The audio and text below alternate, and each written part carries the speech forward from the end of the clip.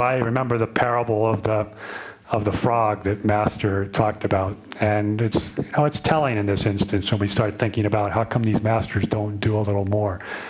And this one, there's a frog who's enjoying himself on a wide open sandy beach in front of this huge lake, and it's just leading a blissful life. He's the only frog on the beach, and there's this wonderful ocean or body of water expanse in front of him. And every once in a while, he hears this croaking sound from over on the other side of the dunes. And, he's just enjoying life. And then at one point, he decided, those really sound like frogs. Maybe I should go check this out. So he hops over to the other side of the dune and looks down. And here he sees this very small little well filled with thousands of frogs. We're all jumping on each other and bouncing around and making an incredible racket. And he kind of looks back at his big lake that he's enjoying, and he looks at this little well down here and said, wow, these people need some help, these frogs. So he hops down there and he starts talking to them and said, you don't have to be in this little well here with all these other frogs. There's this great expanse of lake over here and beach, and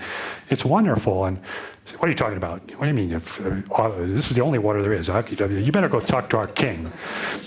So he hops over and finds the king, and he starts talking to the king of the frogs, and he says, king, your people could be a lot happier. There's like a lot big expanse over here of water. Why don't you just guys hop out over here and find this new whole vista? And the king says, what are you talking about? No, this is the only water there is, and I am the king of this water, and these are my people, and what are you trying to do? And he says, no, really, there's a much bigger body of water. He said, how big? And he jumps a quarter way across the well. That big?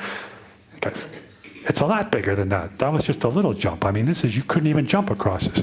What are you talking about? He takes another jump. Is it that big? And he jumps halfway across. I said, well, he chuckles, the other frog. He said, it really is a lot bigger than that. I mean, you could be a lot happier over here.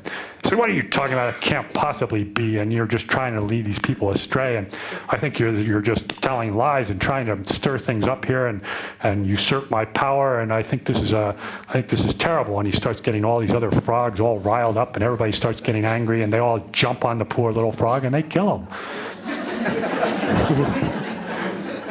So you wonder why, when the masters come, they don't just put it right out there. And you can think about, Jesus' words in the 23rd chapter of Matthew. Said, Jerusalem, O Jerusalem, thou that killest the prophets and stonest those that sent unto you. It's a pattern. Delusion is strong. These forces of evil and this whole grand cosmic scheme of things, it's not that easy to overcome.